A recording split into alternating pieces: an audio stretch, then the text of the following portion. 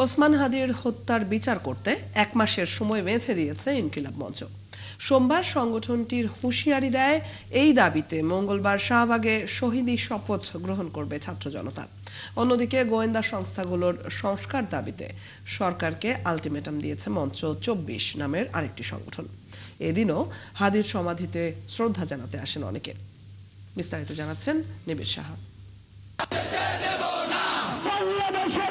সহযোদ্ধা আর সতীর্থদের স্লোগানে হাদির ছাপ, সেই স্লোগান হাদি হত্যার বিচারের দাবিতে। বেলা ৩টায় ৩ দফা দাবিতে শাহবাগ থেকে শুরু হয় ইনকিলাব মঞ্চের বিক্ষোভ মিছিল। টিএসসি ঘুরে মিছিলটি শেষ হয় শহীদ মিনারে গিয়ে।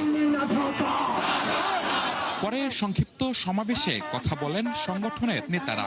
দাবি জানান 1 মাসের মধ্যে হাদি হত্যার বিচার শেষ করতে হবে।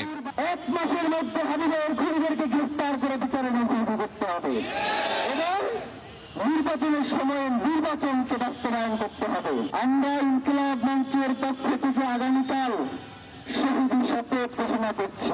আমরা শহীদ ওসমান হাদিকে সামনে রেখে বাংলাদেশের জনগণকে সাথে নিয়ে শহীদি শপথ করব বিকাল 3টায় শাহবাগে শহীদ হাদি চত্বরে ইনশাআল্লাহ। আওয়ামী দূষকরা ভারতে বসে দেশকে অস্থিতিশীল করার যে ষড়যন্ত্র করছে সেটা যাতে সফল না হয় সেটা আমরা হতে দিচ্ছি না। মানে এই না যে আমাদের কোনো ঠেকা আছে এই সরকারকে সরকার এখন বসে রাখবো আমরা।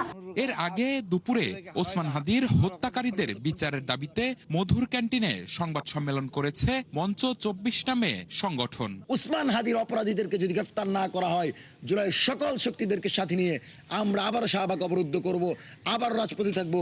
যমুনা থেকে উপদেষ্টাকে বের হইতে দিব না যতক্ষণ পর্যন্ত তারা বিচার নিশ্চিত করবে ইনশাআল্লাহ। এদিনও ওসমান হাদির সমাধিতে আসেন অনেকে। তারা বিনত মস্তকে শ্রদ্ধা জানান। হাদি ভাই দেখি নাই, রক্ত সম্পর্ক না।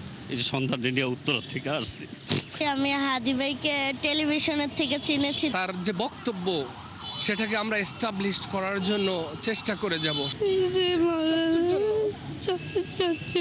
খুনিকে ধরতে হবে, এটার বিচার হতে হবে। এত সময় পার হয়ে গেল, এখন পর্যন্ত সেই অপরাধীকে ধরতে পারলো না। তারা মনে করেন শুধুমাত্র হত্যাকাণ্ডের বিচার হলেই হাদিকে সর্বোচ্চ শ্রদ্ধা জানানো হবে।